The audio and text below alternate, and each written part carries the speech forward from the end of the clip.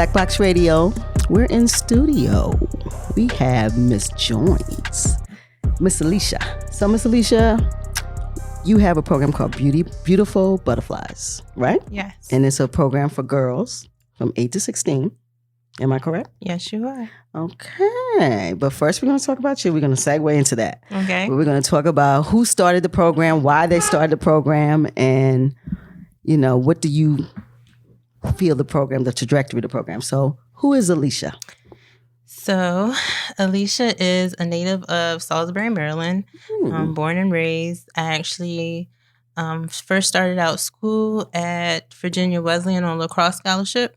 Then I transferred to Morgan State University, where I continued the tradition of lacrosse by starting the first female lacrosse team there. Wait a minute. Hold up. So you started at the Mighty Morgan, because we done brought up the Mighty Morgan, so we got to talk about that. So you started the lacrosse program.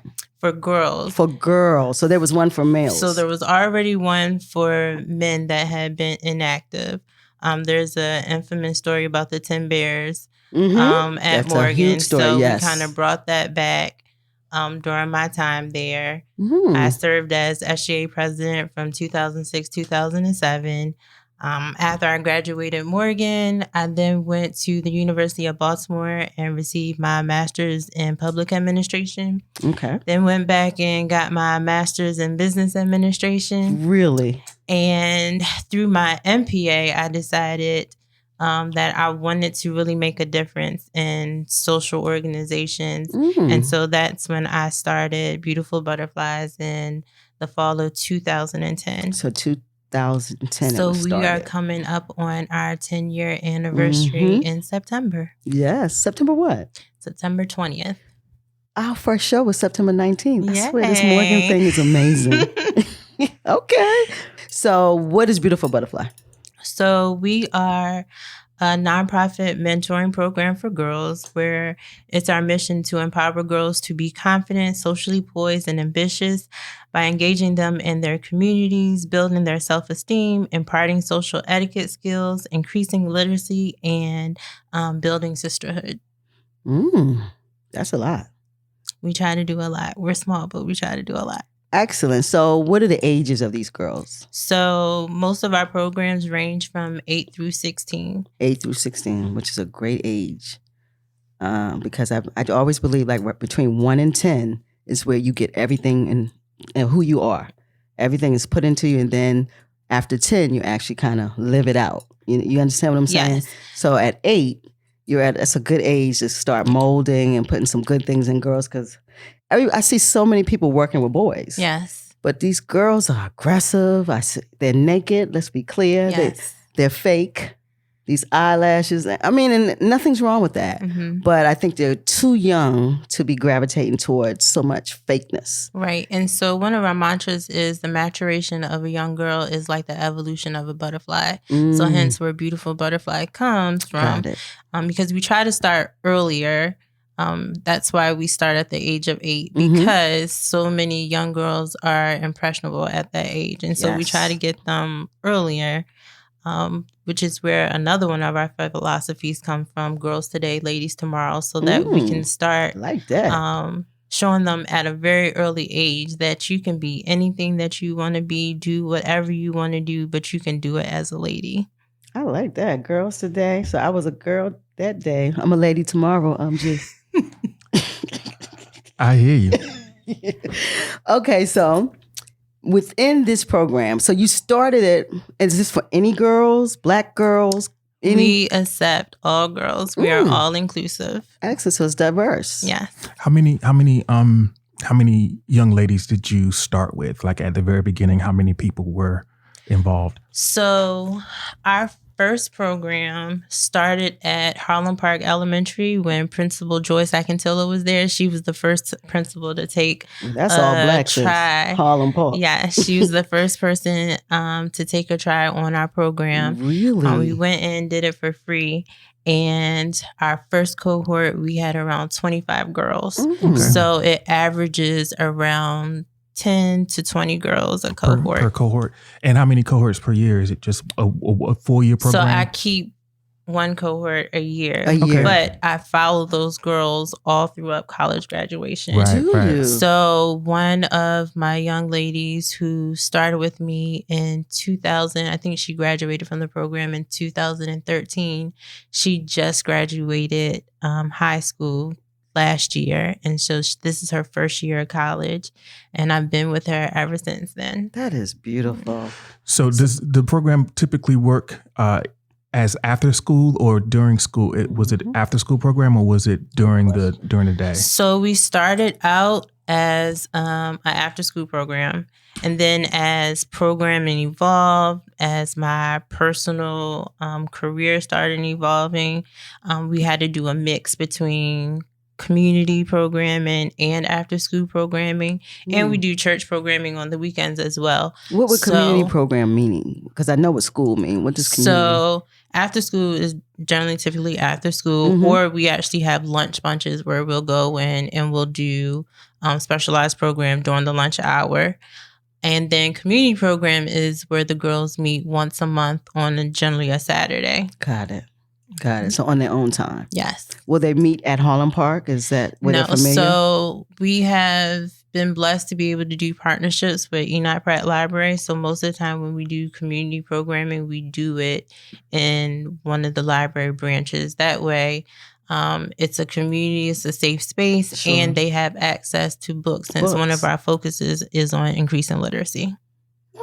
Okay. So nonprofit mentoring, 8 to 16. So what is the programming that you've actually had within Beautiful Butterflies? So is it different programs or is you just doing the mentoring? So in addition to mentoring, we have different components. Okay. Each lesson, whether it's generally start out with self-esteem, we go into self-image, financial literacy. STEM is a big one for us. We definitely focus on poise and grace. So they actually have etiquette lessons whether it's social and table etiquette, social media etiquette. Excellent. That is we something bring that's in lost. Different speakers to really enforce the lessons. And the beautiful thing about each lesson is paired with a book. So when we do self-esteem, which is generally our first lesson, the girls receive a book that further expands that learning. So I try to use. Are these books for them or this is like Enoch Pratt? Yes. They're called, this is their book. Wow. So the program, we buy the books and we give them to the girls who are enrolled in our program. So generally when we do self-esteem, we use Sharon Flake's The Skin I Am, which talks about a Black girl who has kind of like a skin disorder, and it's great book. A book about her learning how to accept herself, learning how to accept others who don't actually look like her. But it's a beautiful book that really brings together the lesson of self-esteem and self-image.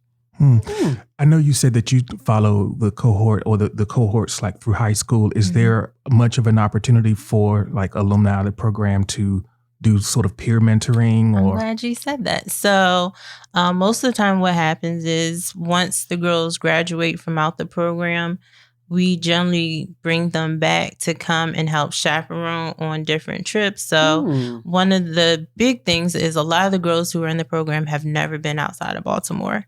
And so I remember maybe like 2 years ago, we took the girls to Passport DC, which is where DC opens up all the embassies in DC. And just to take them on the subway, like the girls were literally plastered to the window, just excited to be on the subway. And so a major thing for me is exposing them to the arts and the culture. So I try to take them beyond Baltimore, outside of DC. So maybe last summer we got a grant from the Family League of Baltimore and we took the girls to see Wicked in New York. And so the alumni girls were able to come on the trip and sort of chaperone the younger girls and just have that overall experience with them. Then they also come to our different conferences and come and help mentor at some of the other sessions. Wow. So it's really a community. That's excellent. Wow. It's that whole bonding of sisterhood. I try to keep the girls together no matter what cohort they're in. So one of my young ladies, Kimora, she is a theater sort of type major, and she's in middle school. And so every year she does a performance at her school. The last one was Lion King. And so every year I try to take girls from the same cohort as her to see her in her productions. And so it's such a beautiful thing to see each other support one another. So did you have something like this when you were growing up?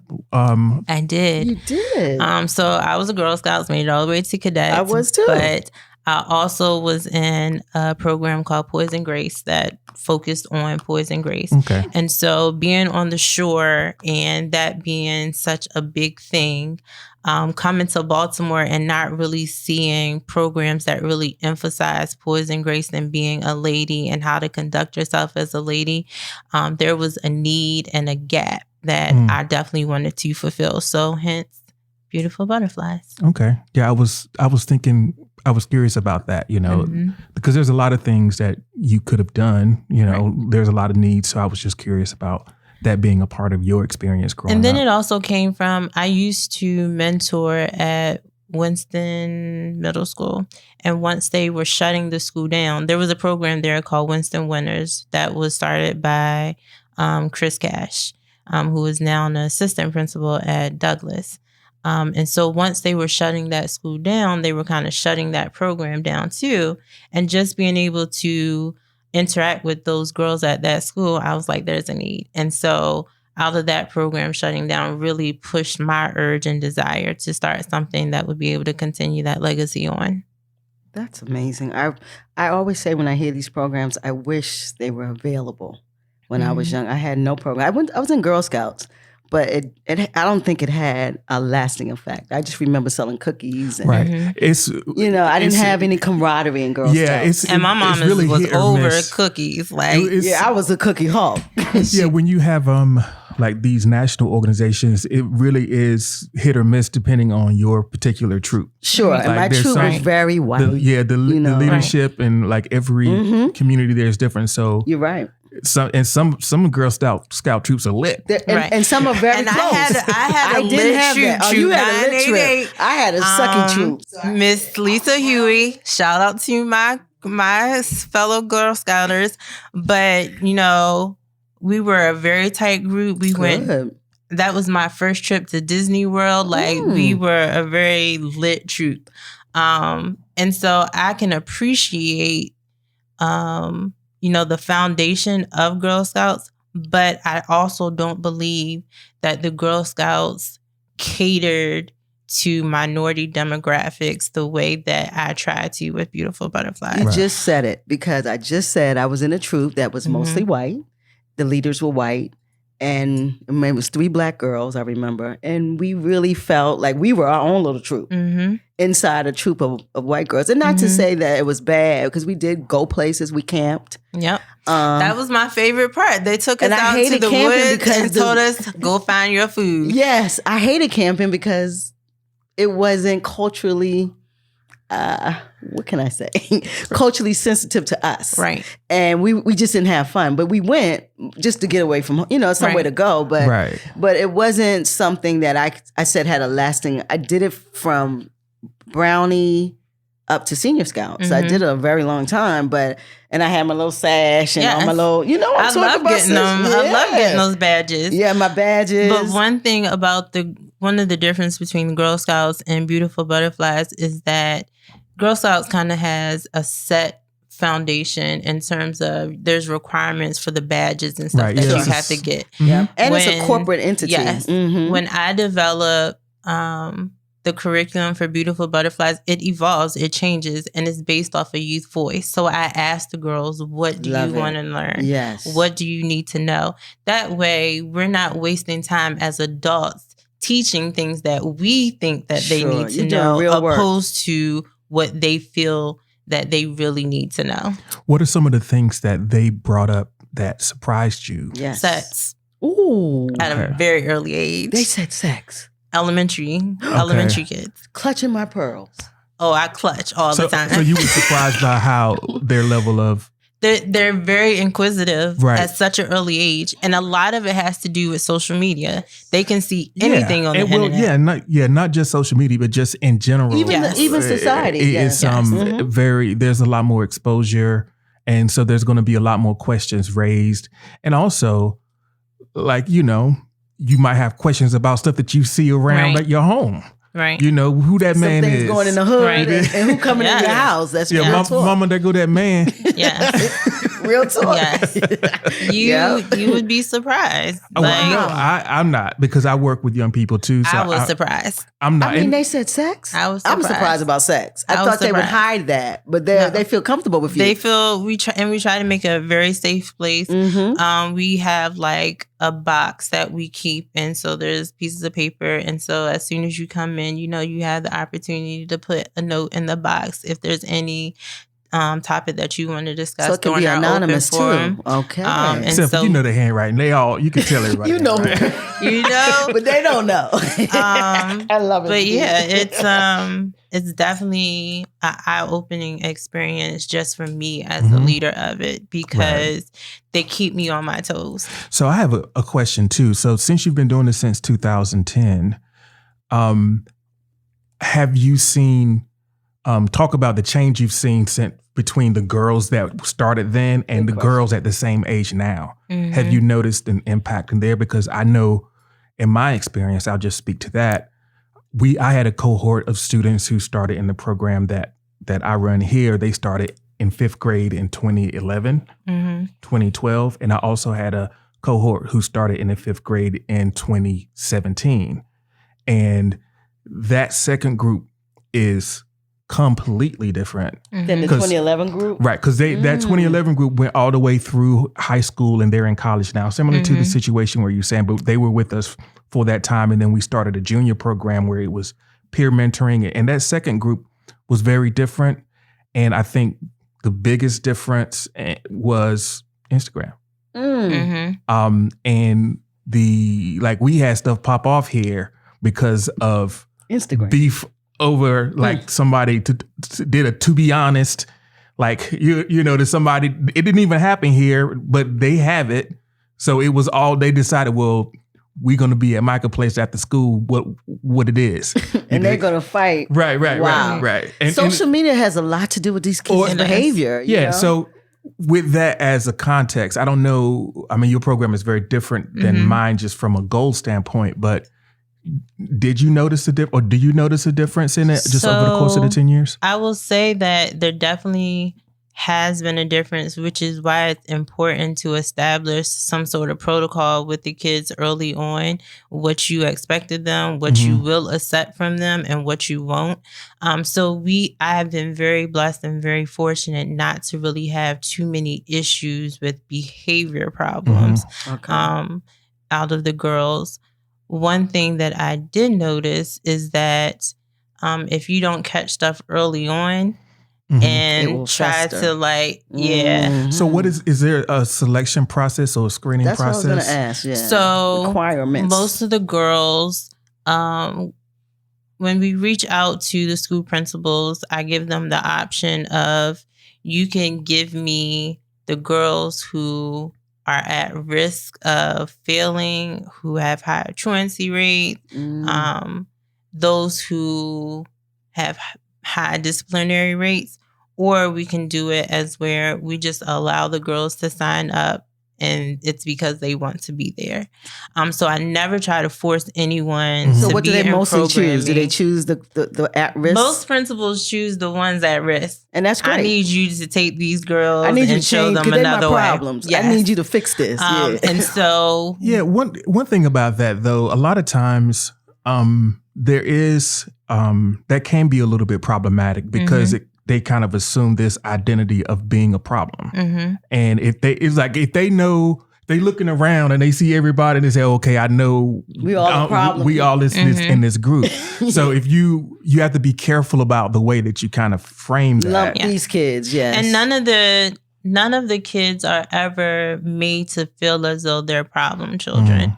And that's one of the things that, you have to instill in them early that you're not a problem child. Right. A lot of times when kids are acting out, it's because they're seeking attention that they're not getting somewhere else. Right. Sure. And so a part of our model is really allowing them to feel loved, allowing them to know that they're in a safe place, and allowing them to be creative in their own way. Mm-hmm. So let me ask a question, because when it comes to school and children that are not yours, Mm-hmm.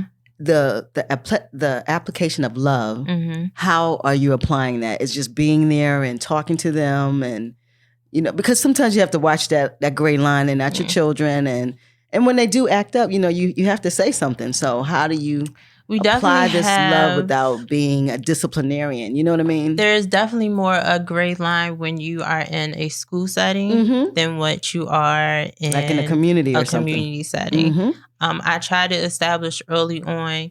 A lot of times, and what I've noticed from different programs is they just focus on the kids. But in order to really be a successful nonprofit mentoring program, you have to have family engagement. And so a lot of times I try to incorporate the parents in whatever we're doing, but also there's a fine line between having parents involved and really allowing kids to have that safe space away from the parents so that they can really enjoy the mentoring. Mm-hmm. So with my community program, I definitely believe I have established real good relationships with parents terms of, I have parents who will call me when their children are acting out and you need to come get your child.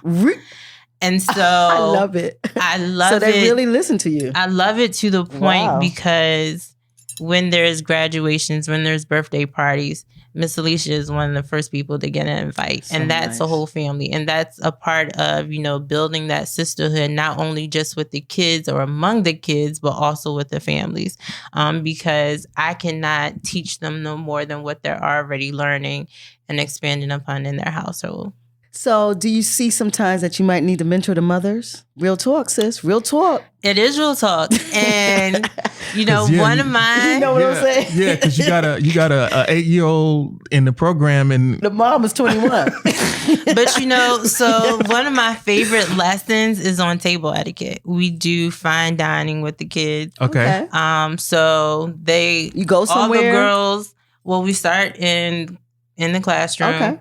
But all the girls who come out of my program will teach you how to set a full table, a very formal table setting. Right. They know the difference between informal and formal. Wait a minute, sis. Where you learn that at? See? Because we just get I out learned play. that from Morgan. This is a shout out to Dr. Corbett and her leading ladies. Really? I never heard of this. Yes. I'm like, what's informal? I need to be mentored. But, all the girls who come out of my program will be able to tell you what an informal and formal table setting is. Wow. And so in order to enforce those lessons, I tell them, go home and practice. And it's always, I can remember one young lady saying to me, we don't even use knives and forks and spoons. Right. Like, what is all of this? Why are there 3 glasses right here? We just need 1 cup. Like, why? So they eat like a sandwich? That's what she's saying. What are they eating? No fork. There's a lot of 3 things. And there's a difference. Oh, chicken, you're right. And there's a difference, between teaching the girls what is finger food, what orders do you eat with your hand, what orders do you eat with, utensils. And so we try to teach all those things to the girls, but that is always my favorite lesson because there is always so much kickback about it. Because they're not eating really meals. Well, and here's the interesting thing about the table. They're not sitting at the table. There's no more family time. Yes. Everybody sits in front of the pot. TV. My mom would put the stuff on it and we would pass that. Everybody sit down together. Yep. And it's time to Families that eat together stay together. I believe that. Well, they say pray together, but I think you need to eat together. You can't. You got to do a little bit more than that, but that is definitely a thing. Like that, it's a bond. Yes, you have at that table. You share it together, and I think there's a lot of everybody's on their phone. Yes. Everybody can kind of create their own environment. But I also look at it in the sense of you have to look at the socioeconomics of the girls that we're serving. Right. So most of the girls. We definitely try to focus programming in low income areas. And so most of the girls are the older siblings. And so after school, after they get out of programming, they got to go fix dinner for their younger siblings. Right. That's amazing.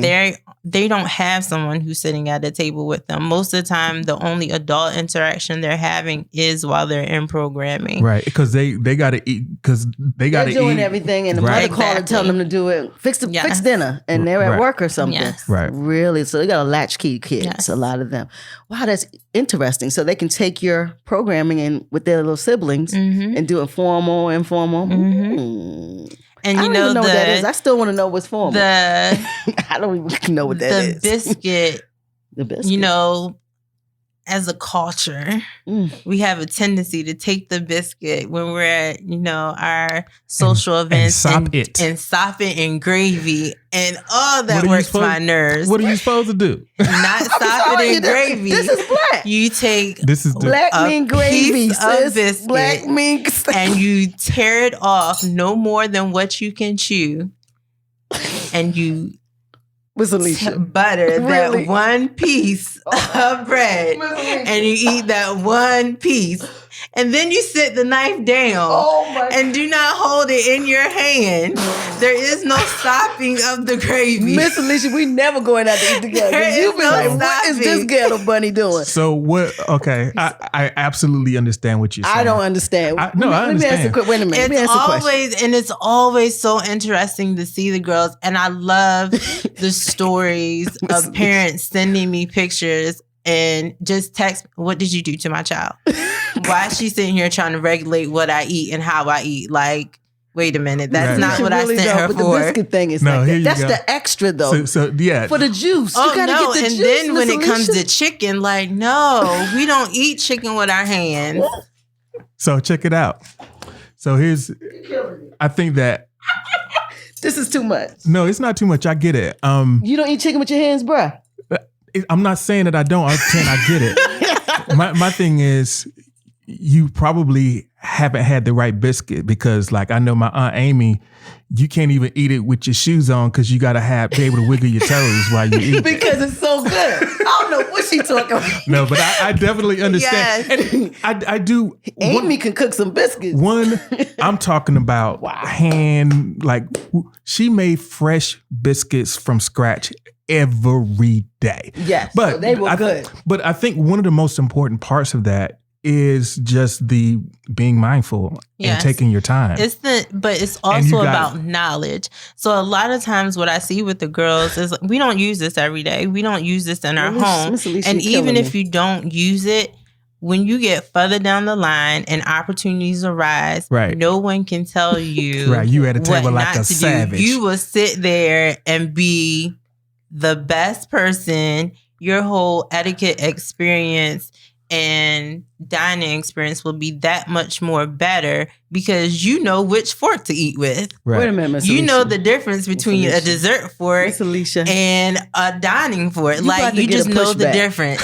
Miss Alicia, it's pushback time. Real talk. I mean, I'm with wait a minute. Because I feel like I'm so grimy right now because first of all, I don't know what formal and informal. I don't know what fork to use. Whatever fork is next to my table, to my plate, is the fork that I use. Always eat. I don't know nothing about that. Outside in. Really, Miss Lee? And then this biscuit thing. And then I really there's feel a I'm water from South glass, Carolina. wine glasses. I'm from South Carolina.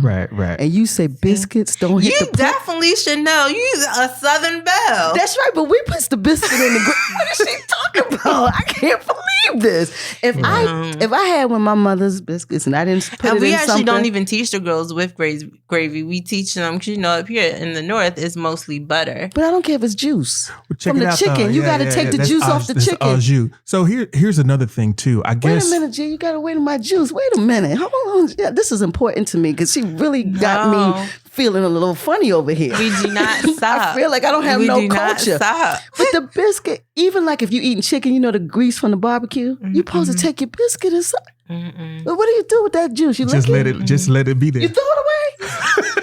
Oh, Miss Lee. And even if you're doing it, you need to like take a fork, take off a piece, and then you can do it.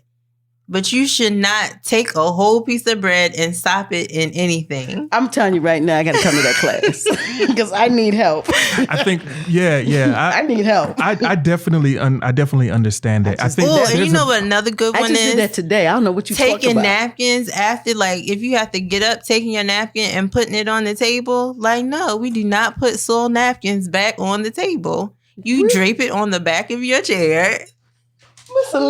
Like, no, there are rules to this. I need mentoring. I need mentoring. I think, yeah. That's something is wrong. One thing that I know you're talking about some very specific things, and I want to kind of universalize it a little bit. Mm-hmm. I think there is a lot of value in ritual. It is. That gets but lost. The biscuit is a problem. I'm sorry. I can dig it. I mean, that ritual isn't. That's a black ritual. We have to clean the plate. You cannot leave nothing on my mammy's plate. Real talk. And you very well don't have to leave anything on the plate, but it's all in about how you eat it. Well, how you get the juice up? You take the fork and keep dipping it until the cup. How does the juice come off the plate? That's what I'm trying to find out. Take your fork. Take the biscuit. Do not take any more than what you can chew.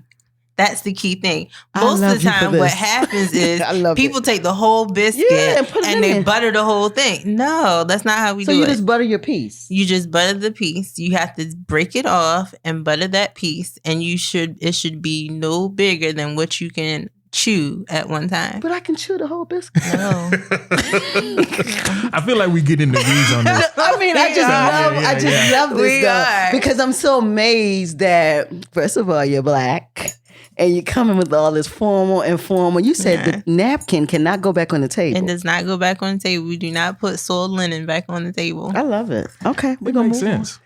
Except unless if you we don't groom at the table, we don't do none of that. So I had this. So you can't play with you. Of course, that's unsanitary. So I had this experience where I went out with this young lady. We went to a movie and then we went and had some dinner, and she productively blew her nose sitting at the table. Did you say productively? Yeah. Yeah, it wasn't like a little... It was a real blow. It was productive. Oh, no. And like it was like a cartoon honking nose blow. It was like, it was really loud. I was appalled. I was like, okay. And she did it at the table? Yeah, we were sitting at a restaurant. So what did you think? I was like, so this is a long story. I had traveled across the country to go see it. Like I was kind of caught out there. I was all the way out in Chicago coming from North Carolina. Oh, you was visiting somebody. So I was going to put up with whatever was going on. I'd invested all that time to get out there. But it definitely was a mental note. So it changed your whole perspective. I was like, that's how you get down, huh? Well, if somebody's mad with me in the biscuit, we shouldn't be together. Because I promise you, I'm going to put that biscuit in the juice. That's a good analogy in the sense of Alicia, as grown women. Come on. Some of us just haven't been taught. Right. I guess that's what I want.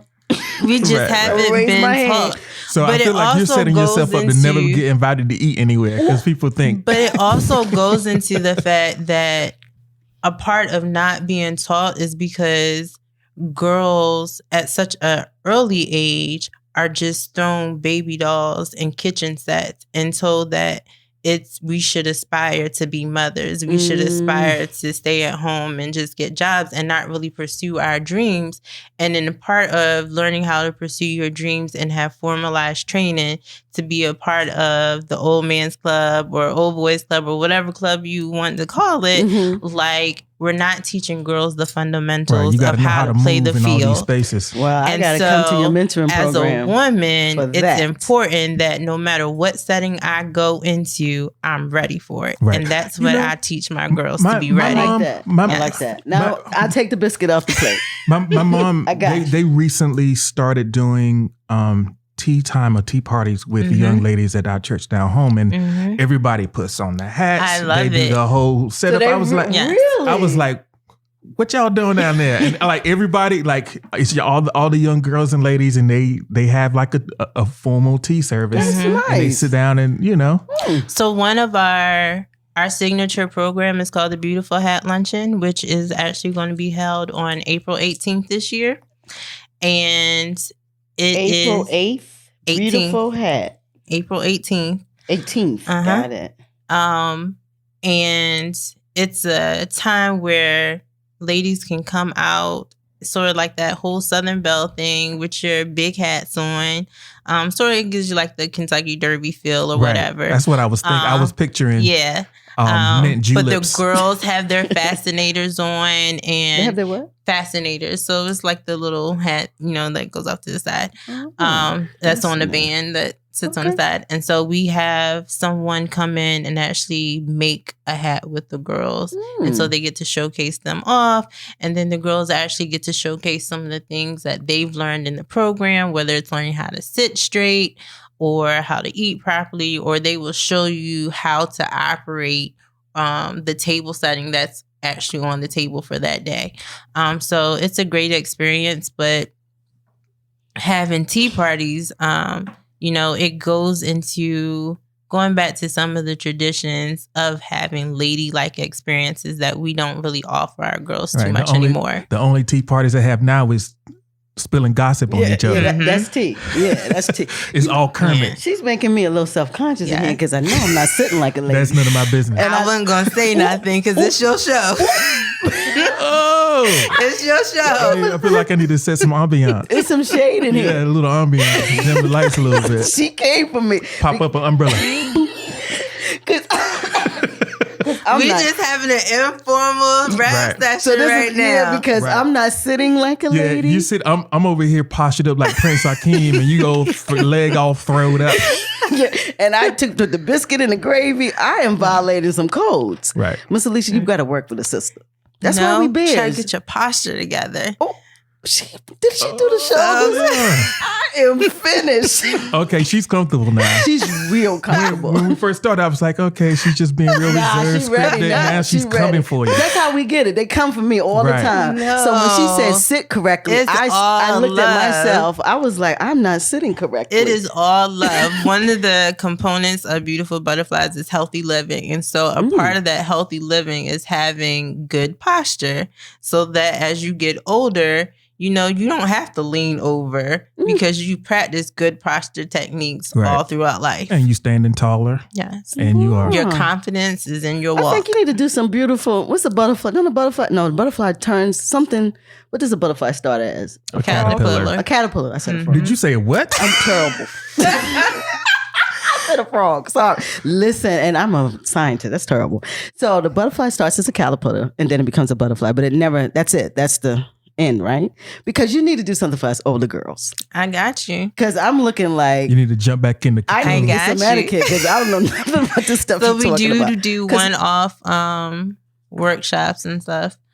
So just reach out and maybe the younger girls can teach us. Your they would love, and they can make the older girls because we don't once they get it down pat, they are so excited to tell you how wrong you are in doing what you're doing. I believe it. So that might be something you think about, like once they learn to teach us who don't know. Because I really am like shocked over here.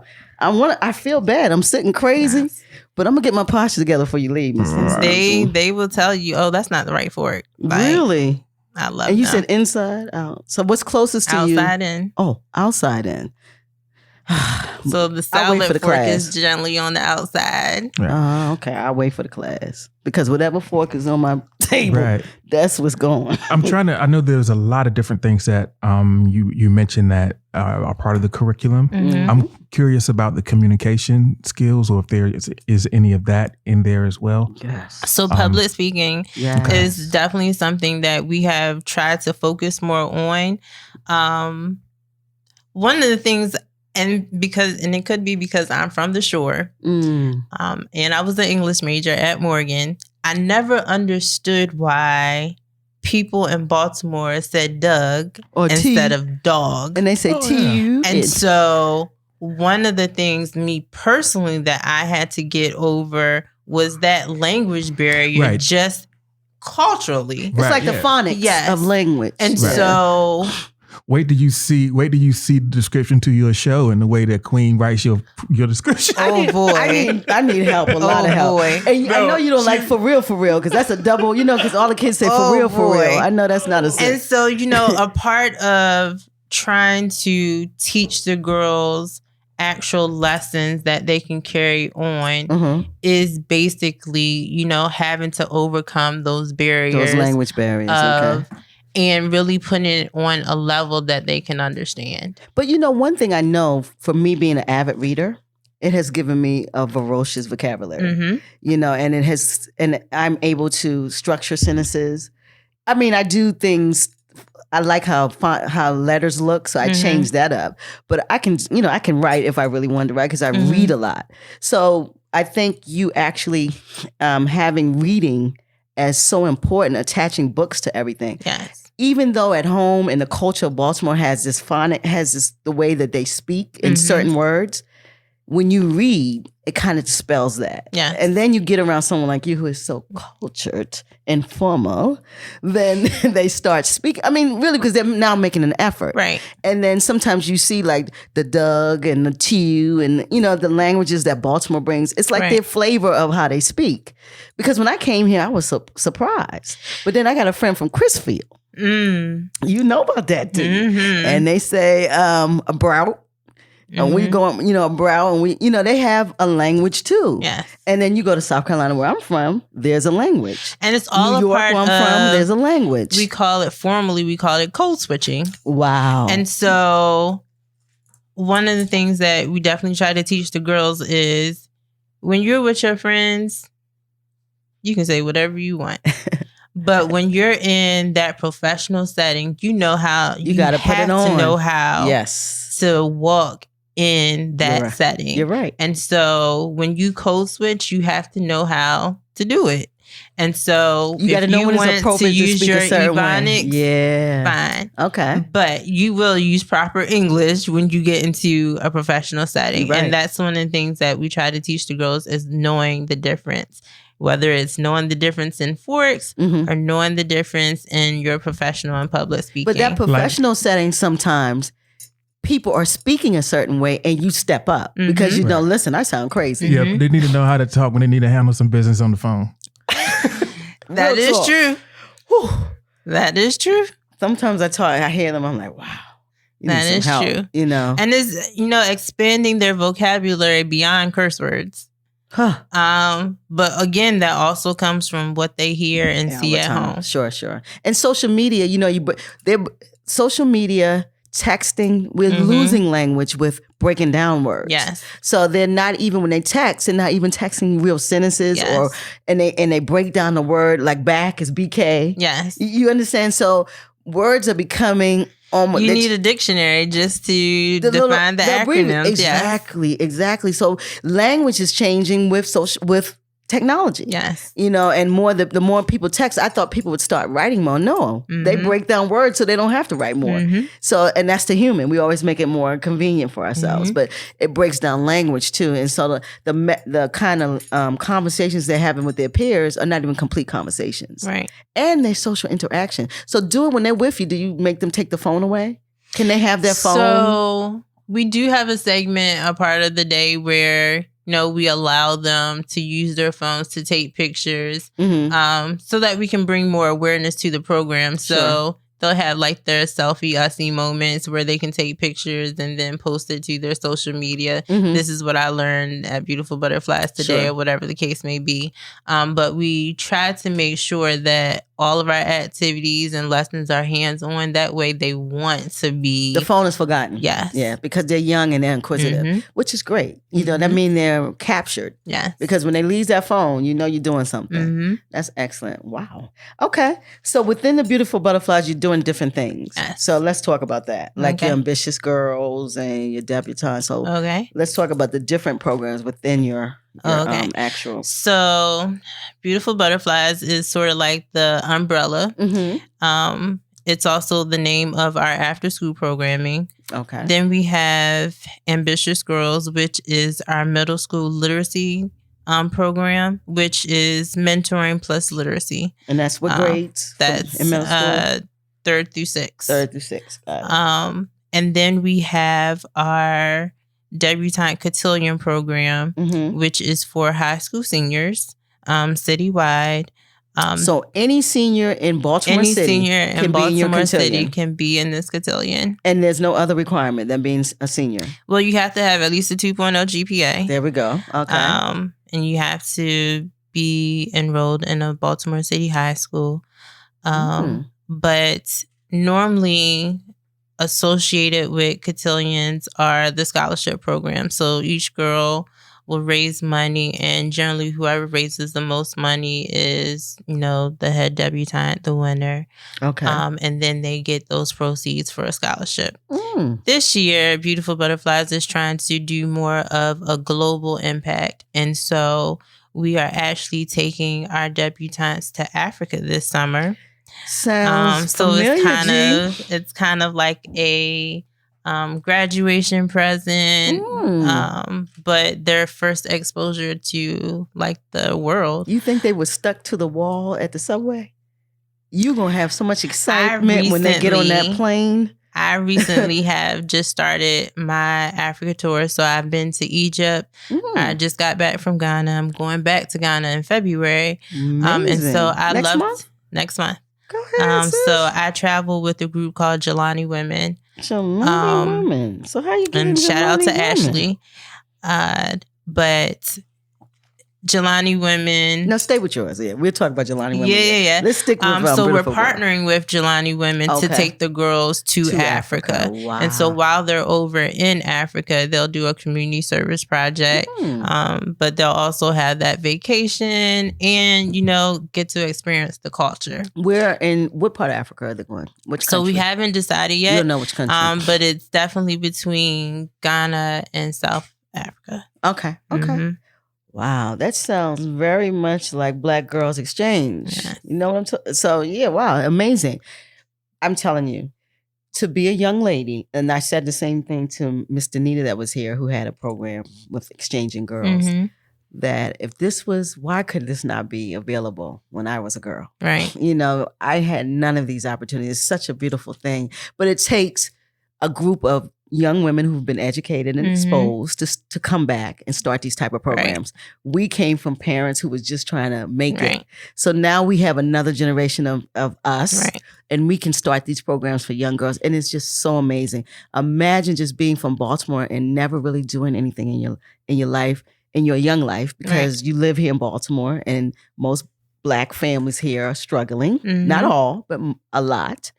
And to get into a mentoring program in your school and be comfortable enough and stay in that program, and then they take you to Africa. Yes. Wow. That's life-changing. And it's all about exposure. It's all about exposure. If you don't even do a community service project, just them getting on that plane and going to that other country is an amazing movement in their lives. Yes. The community service and the interaction with the culture is going to change the game. And so that's the cherry on top. One of the community services is generally centered around going to an orphanage or a school over in there, delivering supplies or books, and being able to interact with the kids. And so, as an adult, that was so rewarding for me. And I can only imagine what it's going to be for them, because we think we have it so bad here. And it's a whole different ballgame over there. And so it also brings about humility and appreciation for where you are. And so those are the type of values that we definitely want to expose the girls to. Well, I have to do what I always do. But what about your media game? The media need to be on some of these trips and some of this stuff you doing. Galani. Yes. That's what I do. Really. But I would love to kind of show the whole process. And, I think it's such and hear the girls, what do they think, what you're excited about? And then once you do it, what happened? How do you feel? How has it affected you in your own little space? Because these are young girls and other girls need to see this, so that's what I'm saying. I do want to go, of course, but more than anything, is to be able to steal that moment. Like that's from another, because that's a moment that other people need to see. Right. Not just these girls are experiencing it, but imagine to have pictures, video, and then be able to utilize that to now. And so I we're think it's getting important. better about our social media and really exposing people to beautiful butterflies and all that we do. For years, we've kept it small and kept it intimate. Sure. And I purposely have done that. Sure. One, because the more girls you have, you know, the more funding it requires. And so we've been able to do a whole lot with a little. Yeah. And so taking the girls to Africa is a big undertaking. And so if anybody wants to donate, we're looking at about $2,500 per girl. So put your email, give them that, everything so they can donate. So we're taking all donations because it is averaging about $2,500 per girl because they have to have their immunizations. Sure. Passports have to be purchased, flights have to be purchased, and then, you know, just being over there for the whole week. And being able to feed them while they're there. Yes. And move them around. Yes. Them Transportation, all that. Yep. So we are on PayPal at Beautiful Butterflies 10 at Gmail. You can also donate at beautifulbutterfliesinc.com. Okay. But we'll also you can find us on all social media at Beautiful Butterflies Inc. And we'll also be putting out some announcements about how you can further give. That is amazing. Do you have any sponsors or? So we actually are a funded partner of Baltimore City's Expanded Youth Program, which is being managed by the Family League of Baltimore. Okay. So we do have some grants, but most of the grant money goes towards making sure we are able to give quality free programming throughout the year. So the you Debutante need something program else for the travel. And all that. The Debutante program is definitely an additional thing that, you know, just makes our program one of those that stands out because we do so much with the little that we have. Okay. But it definitely will not be possible without sponsorships and the generous donations of people who are listening to the show. Yep. And I'm sure you're having to dig in your little pockets. Of course. I'm sure, you know. Of course. That's how this thing works. When you want to give back, sometimes you're really giving back. You're giving your own stuff. But it's so rewarding. Yes. You know, these girls will make you proud of. Yes. You know, it's like planting seeds, you know, and they might not grow this week. They might not grow in 3 years. But when they do grow, it's a beautiful thing. And I tell my girls all the time, I will give you the world as long as you do what you're supposed to. I want to see good grades. I want a positive attitude. And I want to make sure that you're giving your all in whatever you choose to do. So have that been your experience with these girls? Do they really appreciate this program? I'm sure they do. I can't say that I've ever had a bad apple. Is that right? I can't say. That is excellent. You know, we've had girls who have probably been, I can think of maybe 2 young ladies who were more on the tomboyish side and was like, I'm not really feeling this whole wearing and having to wear. Because when we do their rites of passage, all the girls have to wear white dresses. And they were like, I'm not really feeling the whole dress thing. So they wanted to go to another program. And so, like I said, I don't force anybody to stay in programming. And so the young ladies, I think they end up going to like the basketball club. But they have saw the girls. I think we were doing our dining lesson, and so we had like a whole full course meal, and they wanted to come back and join them. Oh no, you wanted to play basketball, boo. Go ahead, go back to basketball. The ball is, and so I love you know, you gotta stick with it. Yeah, you do. There are always going to be highs and lows, but you got to stick through it. And that's a lesson to them because in life, some things you're not going to like. Yeah, but you have to sometimes do it. A lot of times, people, you know, they shy away from things just because they've never been exposed to it. True. And so like I said earlier, one of the things that we try to do is expose the girls to the arts, which is why we took them to Wicked. And next month in February, we'll actually be taking the girls to see the Alvin Ailey dance troupe at the Kennedy Center. And so I saw that. It's going to be amazing. I've been there like 2 years ago. Just to see an all black dance troupe like, is just enough in itself to inspire anybody. I can really be whoever I want to be. I just have to put in the work.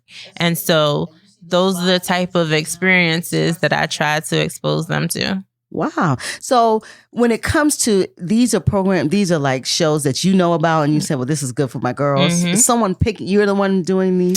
So generally me and my team, we go through and we pick events based off the timing, funding available. Sure. I love Passport DC because one, it's right down the street in DC, but it exposes them to so much. The girls love going to get the henna tattoos. They love learning about the different cultures. Because how many of them are really going to say they've been to Egypt? They've been to Pakistan.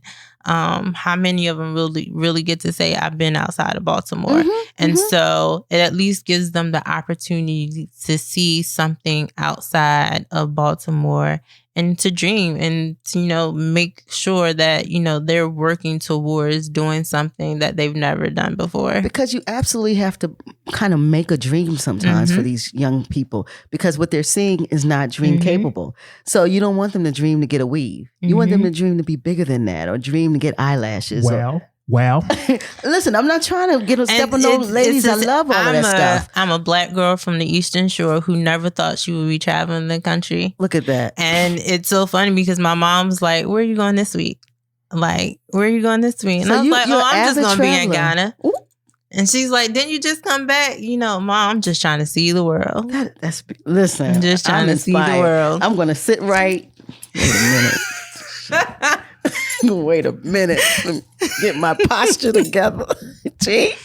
She got me feeling a little, get it together here. Some type of way. You said inside out, so I'm going to get my pen.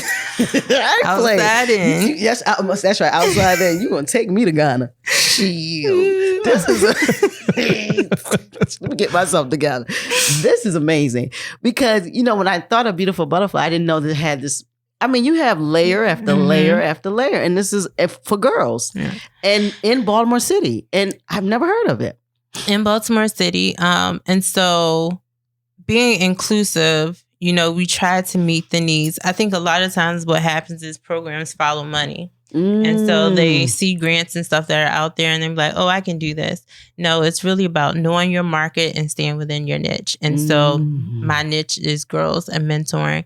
But I also have a passion for juvenile justice. So that is why Queendom is such a big thing, because Tell the people what Queendom is first. So Queendom is a one-day conference for high school girls who are at risk or have some type of involvement with the juvenile justice system. But we also won't turn girls away who want to participate in this one day of empowerment. And so this year we're actually having Queendom on Thursday, March 12th at Morgan State University, where, it's a whole day of healing, of college preparedness, introducing them to different resources, giving them business acumen, also, bringing different vendors in who can offer summer employment or, just internships or resources for the whole family. So is this girls of any age or? Any high school girl. Any high school girl. Any high school girl. Okay. So we do have target schools, like Maryville is one of our target schools. But we have reached out to, all the high schools and said, if you want your girls to come, we'd love for you to be a part of this day. But Queendom is so special to me. Because it was just a dream for me. And when I pulled the first one off, it was just to see, we have a opening session we do with Sister Mathina. And so if anybody knows Mathina James Brightfield from Heal the Woman, Heal the Nation, you know that she's an amazing speaker. And so we call that the healing portion of the day. Wow. And last year's conference, she really dealt with daddy issues. And when I tell you there wasn't a dry eye in the room, I had over 100 girls in that room crying. And so from my first conference several years ago, I learned that you can't open girls up like that and not have them prepared to really deal with it. And you got to fill them too. Once you open that, you got to fill that openness. I learned, we had counselors and social workers on site. So our home social worker and clinician is Miss Tracy Allen from Reclaiming Hope, who comes and does a session with the girls. After Mathana opens them up, then we, fill them back in. Mm-hmm. We end the day with a male speaker who actually comes in and sort of provides like affirmation to the girls, like you are beautiful, you are a queen from a man's perspective. Beautiful. And so once we've opened you up and filled you up, we close you back together. And the end of it is a crowning ceremony, which is my favorite part of the day because I literally crown each and every single girl. This is amazing. And so Queendom that's my baby. I love that. Where is it held again? So it's going to be at the Morgan State University on March 12th. So shout out to Morgan for allowing us to come back. Bear life. Yes. Bear life for life. But in addition to Queendom, okay, we've done, it's called My Life Matters, which is for the boys. And so did about 2 years ago. And Patterson High School was our filter school. And it was just an amazing experience. And the boys, they were so cooperative and so eager to just be filled. And I'm so thankful for the speakers and everyone who came out and did My Life Matters. And we'll actually be doing it again in 2020 so in the fall. 2020. You're doing some great stuff, Miss Alicia. And so that is our only program that we really gear towards the guys, but you definitely can't. Something of that magnitude, I just felt like there was nothing out there for them. And one of my favorite professors at Morgan always said, if you see something, it's your obligation to do something about it. And so I tried to fulfill that gap. And there's always that conversation about, well, can a woman really know what a man needs? And so I do bring together a team of men to really tell me, what is it that they need? And I'm that conduit who goes out and gets it. And that's a beautiful thing because there's a lot of women putting out men. Let's be clear. And they might, a lot of these young boys are being raised by women. So, but the blessing is you're bringing in men to actually give you some direction. That's excellent. So you're doing everything with young people. So we know about the so you're a nonprofit mentoring program, of We're course. a 501c3. And you have the Ambitious Girls. Yes. And then you have the Debutante Cotillion. And that is a high school program. Yes. For any high schooler. In Baltimore City. And when is that going to be? So the first cohort will start in February and they will go from February to June. So their Africa trip will be in July. Wow, February to June. And then, so you take the high schoolers too. So it'll be the high schoolers who go to Africa. Who goes, amazing. And that's when they're about to ascend. So that's excellent. And then you have the Queendom one-day conference. But we didn't talk about the Princess. So Poised Princess is our Christian curriculum. The same fundamentals of self-esteem, financial literacy, but from a Christian point of view. Okay. Oh, and do you do that yourself, or that's partners with churches, or how? So we go in and we partner with different churches. Okay. They ask us to come in and we do the lessons and stuff at their sites with their girls. So it's definitely an alternative. Okay. I've seen some churches try to bring in Girl Scout troops, but the beautiful thing about bringing in beautiful butterflies is that you're reiterating the lessons that you're teaching on Sundays, and so we're raising young ladies. Okay, and that Poised Princess is from what age? Is any girl in the church? Any girl in the church. Any girl in the church. So you're touching girls everywhere. Everywhere. Oh, I'm amazed. So I need I need poise. No, I might don't need poise princess, but I might need the debutante, cotillion. What else I need, G? I definitely need that formal, informal biscuit training. Right, you got to rename the program to the biscuit. Right. I need no SOP. No SOP. I need posturing. What you said, posture? You gotta have right posture. Yeah, because I saw your shoulders. It is poise. It is. You do need the poise. Poise and grace. I need poise princess too. Poise and grace. I think, you know what? Really, real talk. I think a lot of grown women have not gotten this type of teaching. I came from parents who particularly were just trying to feed the family. And we ate together, but, we passed the bowl around and everybody take. But I don't remember no inside out and none of that, And, most of the time you just get the fork. Just get the fork. Like, yeah. Maybe you'll get a knife. Maybe you'll get a knife. And I don't remember no spoon. You cutting with the side of the fork. Yeah. And then when you do, it's kind of like on one side. It's generally it's on the all right side. Yep. Yeah. So, You're we talking teach about both sides. Both sides. That looks like that's some stuff I see on TV. Real talk. Both so sides. I think even grown women have not been exposed to this type of formal, informal. I have no clue what that is because I'm going to sop that gravy. I don't know what you talking about. I'm going back to that each time. We're going to get it together. We're going to get it together. We're going to work together? We're going to get it together. Okay, we're going to work together. I like that. So what is the trajectory for the program? What do you see? Because you have a lot of inside programming. Your programming is tight. What do you, like in the next 10 years? So you've had 10 years of like data and knowing what you did do and making mistakes. So for these next 10 years, what do you see your program being implementing or doing within it? So I've learned that a part of being a visionary and being a leader is really being able to evaluate where you are and where you want to be and how to get there.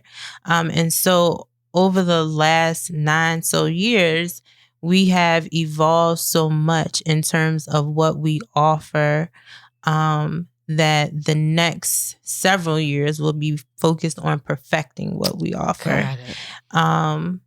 We started out with it basically just being funded through my pocket. And now we've evolved to the point where we have major grants, major sponsors, and we want to continue that on because I want to take 20 girls to New York. I want to take, more than, the average amount. And I love being, I would say, a boutique mentoring program, but I would love to expand to the point where we are a household name and that it's something that even if you aren't a part of the formal program, that you can come to Beautiful Butterflies to do one-off workshops, so that we can teach you not to soft the gravy with the biscuits. She trying to come for me again, G. But those are just some of the things. Steady coming. Steady coming. Like waves on the shore. I'm telling you. So over the next years, I will say that we're working on perfecting our model. Your model. And that's a great thing because you've done the development and you've tweaked, I'm sure. When you start something, there's a lot of tweaks. It's all about growing. And this is the growth process. Okay. So I'm growing. I want to go from biscuit to cornbread. What you think? So the cornbread can stop? No. So you got to do the cornbread the same way? The cornbread is not big as the biscuit. So you got to stick that right in. But do you put butter on your cornbread? Anything that's available. See? The butter, the juice. So they got to sit. Oh my goodness. Same rules apply. Wow. You can't come down south. They're going to stop your plane. Like, she can't come. Same rules apply. Same rules apply. So you do this at home with your own family? So your mom, my mom, like, I know she like, mind your business. They be like, girl, leave that to your class. I'm like ready to eat. Because I stopped eating meat, and my mom was like, really? Yeah. You sucked down meat all your life. You brand new now? Yeah, you got educated. Now you that is my mom. That is my mom. You educated, you can't eat meat like, now? No. So she was like, you've been eating meat all... So she tried to slip me. I'm like, Mom, I don't eat meat. But she don't want to hear none of that. She's like, listen, we eat meat in here. That sounds like me trying to get my mom to drink almond milk. Like, no. My mom 2% in whole milk is just fine. No. They're not drinking that. Then my mom like, listen, you got to keep that. That's your own organic stuff. Keep that over there. Can't nobody afford it, but you can, Mom. You can. I love it. Yes. I love it. So this My Life Matters for Boys. You're going to do that this year? Yes. We're doing it this year. We are starting to put like the all calls out for presenters. But we've had some amazing people come through. William Thomas. We've had D. Watkins come and Torre. Both of them actually dropped their books off and spoke to the kids about their books. Sadiq Ali. So I've been blessed to really be around some amazing Black men. Shout out to Rashad Stanton, who is kind of like my brother, who, you know, helps me on the sidelines get everything up and going. But it's a beautiful thing when you can see Black boys eager to learn, and not trying to do things the illegal way, but are eager to learn new ways of doing something the right way. When you invest in children, it's amazing what you'll get out of it. You know, we keep telling them what they are, but they're more than what people think they are. So it's taking the time out and having something from them, what's going to come from that is amazing. I love that. And I see, you know, a lot of things for boys and that's out here, but sometimes you're not getting to every boy. Right. So if we could have 50 programs for boys, we need to just have it or for girls, because they're, to me. And there's enough room out here for all of us. It's enough That's room. the truth, sure enough. I tell people, they're like, there's a lot of programs. Well, let's do more, because we had 400 murders in Baltimore City last year. So evidently, we need some more programs. And a lot of times it's about something else. What you're offering. Like I said, a lot of times as adults, we think we know what kids need. True. But we really don't. We don't. We need to let them tell us what they need. And you know, like the whole squeegee boy situation is a perfect example. Some of them are out there because they want to earn money so they can buy the newest Jordans. But some of them are out there out of necessity. They're taking care of families. They're taking care of families. Yes, and sir. so we need, as you know, the leaders in Baltimore, we need to figure out how we can accommodate these kids who are really out here. The children, and it comes first from fear. This white fear of these children, and then the leaders now they run around and try to appease people, but these young people have issues. I don't understand why like a Jack Young wouldn't just bring them all together and talk to them. So when they had the meeting about the squeegee boys, they had the underarm, all of these corporate, no squeegee boys. So how do you make something effectual for people you don't even let in the room with you? And these are Black people running the city. So I don't understand what they're thinking. If you were a Black boy, maybe Jack Young wasn't. You think Jack Young was a Black boy? Yeah. Indubitably. Okay. So if you were a Black boy, I would think that you would have some type of infinite knowledge of what Black boys go through. Even if you came up a different way, you can kind of understand. I said, you know, people say, oh, they're all out there together. Little boys hang in packs. They're like wolves. They all hang. That's what they do. And it's not something that they're looking to do something negative. They hang together. That's what little boys do. Young men do. So why are we faulting children for trying? If you see them out trying to be enterprisal, now let's find something to make them enterprisal. No, now we're going to arrest our way out of this one. He said he's going to arrest a grandmother with the squeegee. Why are we doing that? And that is the reason why we make everything punitive instead of really looking at the core problems and dealing with core problems and then finding effective answers for these core problems. And so the squeegee boy thing, I don't even understand it because I think I could solve it tomorrow. I think there's a whole lot of different caveats to it. I am definitely for programs who have you know, the foundation of helping these boys who clearly have an entrepreneurial mindset, you know, to get off on their feet. But I also believe that these kids need to be in school. You can't be outside during school hours trying to raise some money. No, you need to be in school. But really, and when I'm seeing them during the day, they're not there during the day. The older ones are there during the day. During the day when I go, like after 4, now you see the little young ones come out. But I've never really seen them because they're usually, a lot of them are up here for president. And I'm going that way a lot. And I don't see them during the day. I see the older young men during the day. Regardless of what they're doing, they don't want to go to school for a reason too. There's core problems going on with children, Right. and the schools aren't equipped for these kids. Right. See, they don't talk about that. They don't talk about no air, no heat. They don't talk about leaded water. They don't talk about broken down bathrooms.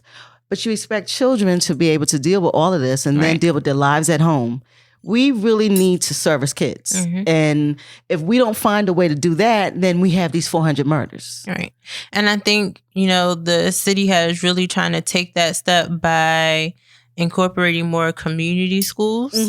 And so shout out to the community school coordinators who are really just doing an amazing job trying to bring resources. Schools, what is that? So a community school is basically a school that invites different resources into the school so that teachers don't have to focus on being a social worker during the day, that they can do their job and just teach. And so there are all sorts of type of resources that come into the school so that every need of the child is met. Whether but it's not patrolling mental, the school, not like okay. So, whether it's mental, whether it is, there are some schools who are equipped with washer and dryers because kids don't have clean clothes, so they don't come to school. That. Yes, and so there are schools who have washer and dryers where families can come in and wash clothes, wash their uniforms and stuff.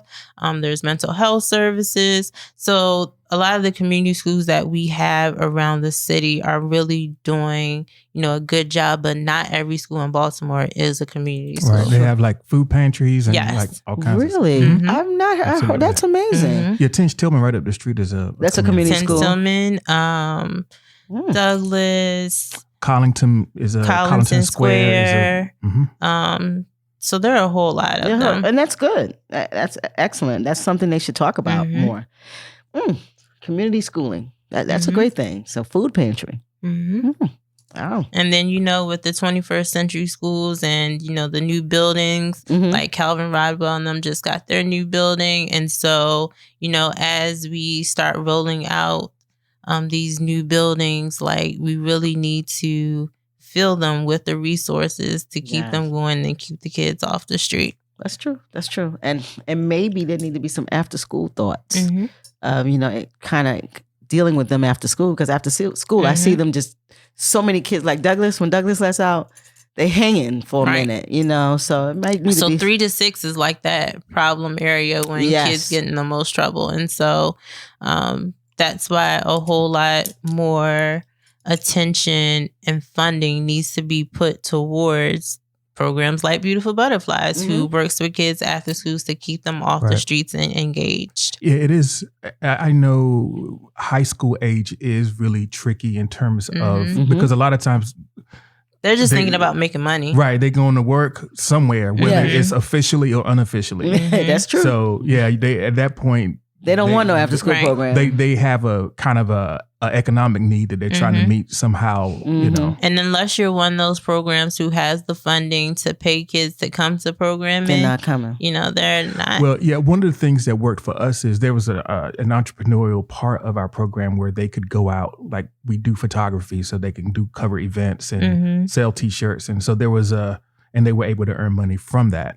So, either paying them or creating a space where they can earn some money. Right. It's interesting to them. One of the programs that I know about, Do More Baltimore, has that same model. And I think that's definitely amazing because you're teaching kids how to perfect their craft, but also how to use their craft to make money. Right.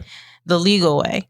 Right. Jubilee Arts has the Youth in Business, which is also, they started a design and printing business. Like the students started it and they run it and they share the profits in it. Amazing. So, yeah. These are the type of programs we need. That's amazing. So then you have projects, programs like Project Pay. Project what? Pay? Project Pay, PAYE. Pathways to Arts and Youth Entrepreneurship, which is led by Miss Glenisha Bass out in Park Heights, who, has that same model about teaching kids about entrepreneurship. I need to see Miss Glenisha box up. Yeah, I like that. Project PAYE. Pay, yep. She is also one of our speakers for Queendom. She does our business session every year, and the kids love her. She's the owner of Smart Steps, daycare centers. I think she has like over 12 daycares throughout the city.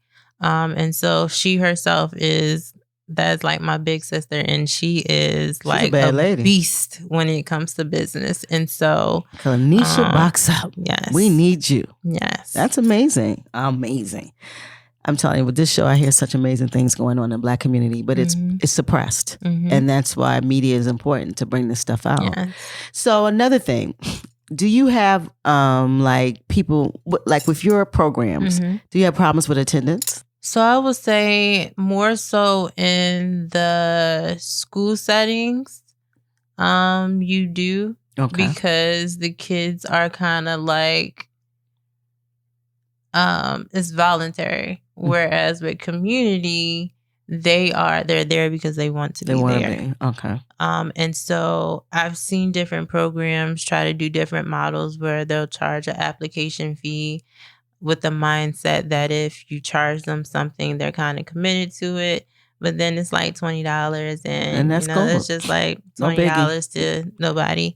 And so I've definitely have tried to keep everything free and make sure that programming is engaging and it's what the kids want, so that they'll want to keep coming back. So that I don't have to worry about attendance. Okay. Most of the time, the hardest thing is recruitment. Because when you're small and you don't really have that budget to really market or really just get the word out there, that sometimes can be a problem. But we found creative ways, whether it's been around word of mouth. A lot of our alumni, they recommend, family members and stuff to come in. Really partnering with schools has really been a big help. We really have tried to focus. A lot of our funding has come to focusing on programming in Park Heights. And so, there's a lot of different barriers that comes when you have to focus on certain areas. And so, Park Heights is one of those areas where, safety isn't concerned. So having program where people feel safe enough to walk or come to, or just the social economics of it in terms of serving low income families, and then really having them be able to commit to staying in programming. So there are a lot of different barriers to it. But a lot of it is just really listening to the families and seeing how you can best meet the need. Yeah, because I just wondered about that. Because if they don't come like 4 or 5 times, can they not come again? And I definitely had this discussion with a lady from another mentoring program, how she was saying, well, kids will come in the very beginning and then you don't see them until you're about to take a trip or till there's a party or something. And that is true. I believe that. But, I can say that Beautiful Butterflies has definitely been blessed in the sense that our kids stay committed. Beautiful. And I think that's all because we invoke youth voice. So we're giving them exactly what they asked for. So they ask for it and you do it. And listen, you come into it because you asked for it. Amazing. Got anything, G?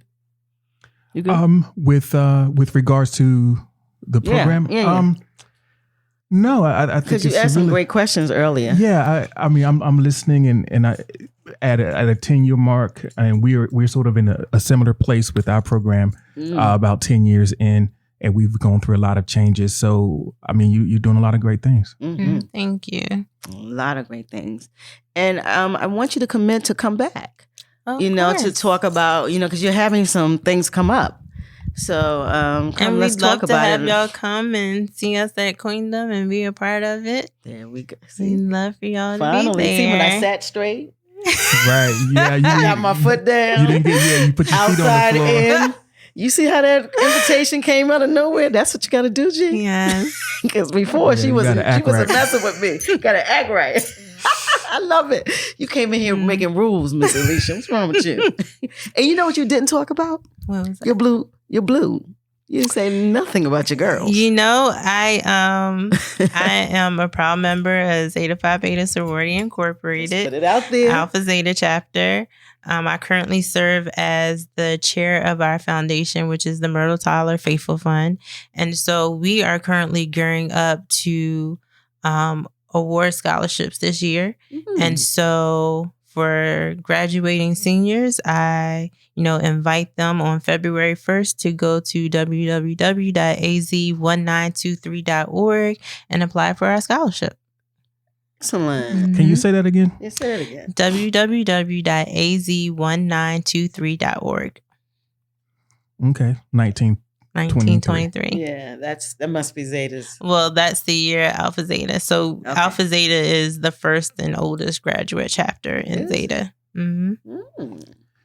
Learning story after story. Right. So that you're doing community service even everywhere. Everywhere. Service is a lifestyle. It really is. Yes. And we have to serve. It's so important. So we do this with everyone. Because you done straighten us up. We can't use biscuits. We got to sit straight. It's a lot of rules around you, Miss Alicia. I feel like I'm in the cotillion. So we always ask our guests if they have a talent. Ooh. And display this. We got some people drop poems on us. They sing. You might be Cardi B. Nope, definitely not Cardi. Definitely not Cardi. So what is the talent you can give to the people? Ooh, you quiet? First time. We stumped you. You did. I love it. I don't have all my resources. My talent is table etiquette. And you don't have a table setting here. And I don't even want to see your talent. Let's move on. So She always got to mess up my game. Resources. Miss Alicia, let's move on because you're going to embarrass me again. We're going to move past that. So you don't have so that's your talent. Yes. Really? So you can set a table. I can set a table. And teaching is my gift. Teaching is your gift. Teaching is my gift. Okay. So you do teaching if they didn't pay you. I started out as an education major, but then I realized that teachers really don't make too much money. They don't. And so I was like, "Ooh, Lord, I'm expensive. I need to be able to afford me." And so I became an English major because at the time I wanted to go to law school, and then I realized, they having a hard time. You know how much some loans are they got to pay back. So I need something that is going to actually make money, as off the gate. And so I stuck with English, and all my degrees work together. They do.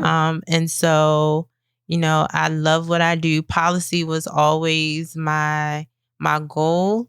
And so, I love writing policy. Do you have Fit Tribe? Yeah, that's do you have any political aspirations? So I did run. When I hear this, I did run for office in 2016. I ran for city council. Before that, I ran for central committee, and then I ran for city council. And I lost both races, but. Clearly, it was such a learning experience, really. Especially city council race. What district? Right. Third. Okay. So Ryan Dorsey is the current council person, but it was such a learning experience. Ryan gave you that work, huh? So you think I was you would do it the again? only woman, and so really? it was 7 of us. Ryan, Jermaine, Marcus. It was a whole lot of them. Would you do it again? Not no time soon. Okay.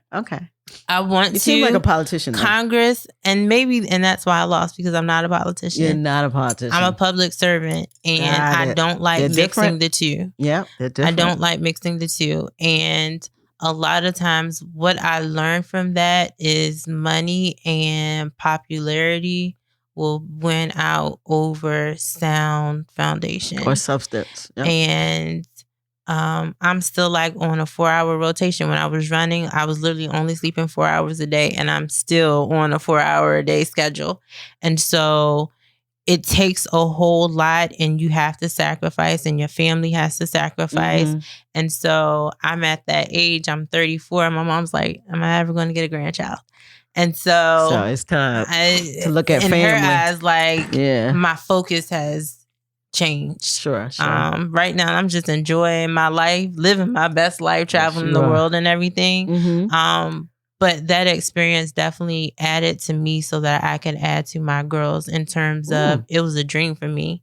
And the worst thing you can do is not chase your dreams. Whether you're able to obtain it or not, the worst thing you can do is not chase your dream. You're right. What happens to dreams deferred? I don't know, because I chase all mine. Miss Alicia. I chase all mine. That's excellent. That's excellent. But I kind of see that politician in you. Because I worked for Senator Dolores Kelly out in Baltimore County in Annapolis for 4 years. That was my first job out of college. And she definitely instilled some very sound principles in me. And I really wanted to kind of carry the torch after her. And, the political climate for Black women right now is so rocky. It is. But there are some amazing Black legislators to look up to. And whether it's on local, state, or federal, everybody loves Auntie Maxine. Loves Auntie, man. Like, you can't go wrong with her. Well, you know it. But there are some amazing Black legislators. And, that was my dream to pursue it. And not to say that I won't, because further politics down the line. to me is older, you get a lot of wisdom. I mean, young people are actually going into politics now because there's so much problems and chaos and people looking for new opportunities. But definitely, I think it's a seasoned world.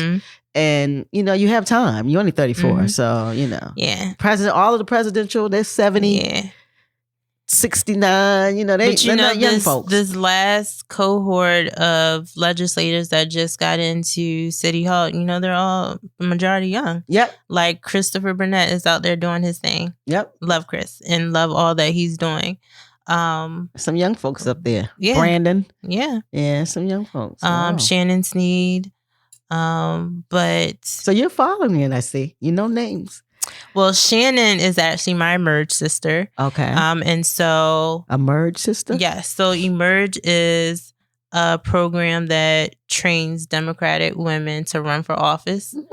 And so my first campaign, when I ran for Central Committee, I had no experience, no background knowledge in how to run a campaign.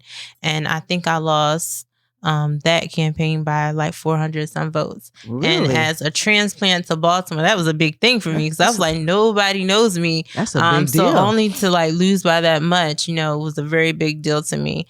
And so then I pursued city council, and that whole experience in itself was definitely an eye opener. Sure. But as somebody young going against majority of everybody, maybe it might have been like 3 or 4 people who were also in my race that were all older than us.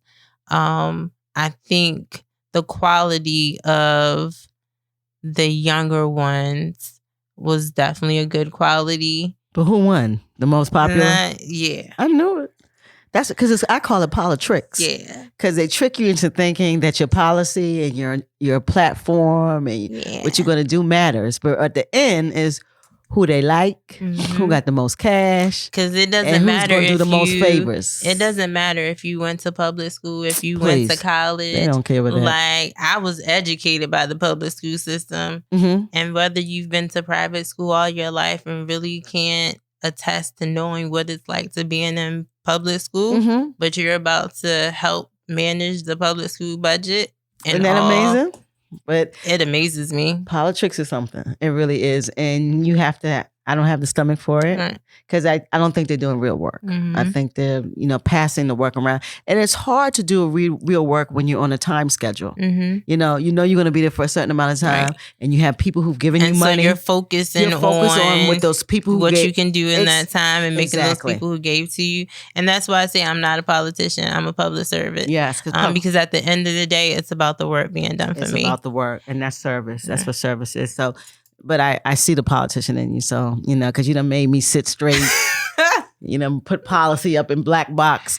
So you but came I in here feel like giving us policy. You can make such a great impact even without having a title. My name is just Alicia Joynes, and I'm just a Black girl trying to make an impact on the world, whether it's in Baltimore or in Africa. Wherever I go, I just want to make a positive impact. And so that's what I try to instill in my girls, that you can be whatever you want to be and whoever you want to be, but you have to be confident in who you are and pursue your dreams. This is we got 2 questions. The last one, but this I have to ask. Where did this come from? Service doesn't, you have your MPH, you have not MPH, but you have MPA and MBA, and you accomplished. You have your community organization already, and y'all doing communal things with Zetas. So where did this come from? Where is this thirst for service and helping others? Did it come from your home, your mother? Where did it come from? I think my parents instilling the love of Christ in me, and just being in church and, just wanting to be a servant and walking in that gift of service, definitely has put me in this place and on this path in life. That's a beautiful thing, because I talk about Christianity here a lot. And to hear that, because Christianity can affect people, it impacts different ways. In different ways. And if it makes you want to serve, I think that's a great thing. And I think a lot of times people miss the fact that, that's what Jesus Christ was. came to save the world, but he was a servant. He was a servant, yes. Yeah, and he was a servant. He said the least of y'all, the least. So to hear that, I know and it if I comes was from made in his image, I want to be a servant just like him. Excellent. Love it. Love it, love it, love it. All right. So we at the LYT, Last Will and Testament. Okay. I need you to leave a jewel with the community. Okay. So if I were to leave a jewel, and it would be applicable to anyone, it doesn't matter your age or your skin tone. You can be whoever you want to be and do whatever you want to do. Just make sure you walk in confidence and pursue your dreams. Drop the mic. That was good. That's true. Love that. Miss Joynes, Miss Alicia, you're a breath of fresh air. Thank you. I appreciate having you tonight. What school did you graduate from, undergrad? The Morgan State University. That's what I'm talking about. I had to put that out there. Verified. Don't be jealous. Look at his face.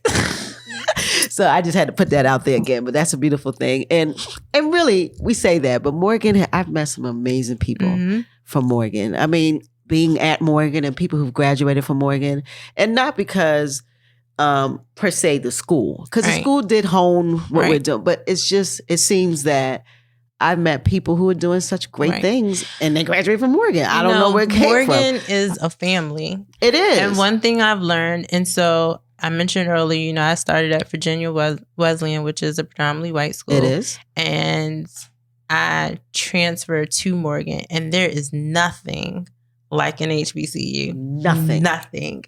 Once you get in the midst of all that blackness, there is nothing. You almost don't remember that other people are living. It is just like watching, you used to watch the Cosbys and that's what it is. Yep. Hillman, and you were like, oh, like that's what this is.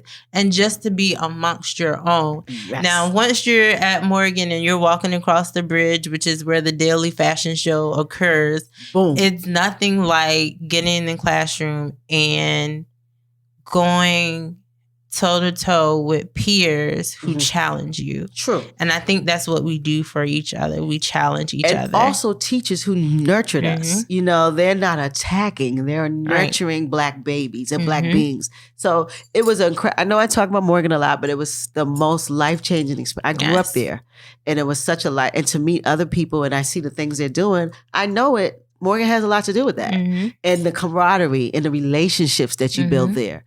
So yeah, G, we got to talk about Morgan. And I tried to bring as many of my Morganites, together, whether it's their speakers for events or my trainer is a Morganite. The box is a Morganite. I tried Morgan, we're a family. And it's kind of like once, one of my family members, Mr. Harry Spikes is running for Congress. Like, that's the beauty of Morgan. Like, we're producing leaders. And Love it. That's so true. We are producing leaders. And Morgan's about to open a medical school. Did you see that? I saw. So she did do her LWT. So let's move on. But I talk about Morgan all night, and because I'm just really proud of that school. From where I started and where it is now, beautiful, beautiful, beautiful, beautiful. Yeah, I walked on campus. I was like, oh, y'all mad entitled. They are entitled. Like, you hear me? Mad entitled. They do things that we could not do. And but I'm very happy though. Sometimes you have to suffer to see that happen. Yes. And I know someone who went to Morgan before me, and she said we did things that they didn't do. So now I'm saying the same thing. So whatever. To all alumni, pay your alumni dues so we can still see our school grow. Again. She's insulting me. Here we go. We need to be a better family. There's some problems with this family. I can just hear Miss Joyce saying, yo, but what about those alumni dues? Pay your alumni dues. Hey, the pink pass is right here. And it's not just Morgan. This is to all graduates of HBCUs. But you're right. You're right. And I have to do better. Are still relevant and they need our 21. Support. Since she been here. From the door, she done got me sitting straight. Now I gotta go look at my finances. You're right, but I said that to myself that I have to be a contributor to. I can't keep talking about Morgan and don't give any money, but I will, and I definitely will because I see the growth. And I wanted to grow more. And we have to do this for HBCUs. But you're even doing your part, whether it's your time, because I'm always talking finances, about Morgan. The more you talk about the school and the more they want you to cut that check, but the more you talk about it, the more people get interested in going, and the more heads are in beds and the more funding the school gets. Heads are what? Heads in bed. Look at her That's rapping. residence life. That's residence life right there. That's what we used to say. You gotta have heads in bed. You're right. I like that. But you know what? I talk about Morgan a lot. I'm here to say I'm the alumni that's broke. So we're not giving any money yet. But I am. But I'm always marketing. You are not broke. Broke is a mindset. Look at her. She's always You're teaching. not broke. I'm just playing. I have limited funding. Whatever you want to say, it all comes to. I'm trying to pursue the dream that Morgan instilled in me. So once I get that dream to fruition, I will give back to the school that put through it, that planted that seed in me. Yes, exactly. So I do as much as I can from the marketing standpoint for Morgan. Real talk. So G, what you got? If you enjoyed this episode, I'm pretty sure you have. Make sure that you subscribe wherever you're listening right now, whether it's Apple Podcast or Spotify, Google Podcast, wherever you're listening, you can subscribe there. Also, if you are interested in sponsoring an episode of Black Box Radio, check us out at blackboxradio@gmail.com. I'll spell it BLAKBOXXRADIO @gmail.com or at blackboxradio.com and see all the old episodes. And if you know someone who needs to hear this, share it with them. Follow us on Instagram, Black Box Radio, and come say what's up. That's right. Holla at us. We are definitely this year moving into collaborations, doing live events. So we're looking for community programs to partner with and also to show up with and to do great work in the community. So if you have any of that, also again, as G said, look us up, holla at us at blackboxradio.com or blackboxradio@gmail. Right? That's it. That's it. Ms. Joynes, we really appreciate you. You have been a breath of fresh air. I love the way you straighten us up here. I'm sitting correct. My posture is better. Me. I just really appreciate you. G, are you going to eat that biscuit? I haven't had a biscuit in a while.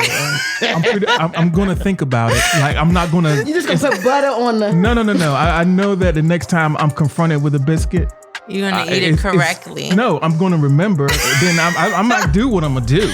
But at least I'll have a thought about like, you're supposed to put butter on that piece. Right. Real talk. Context, like when you at Popeyes, like they don't give you the full formal table set and you dig.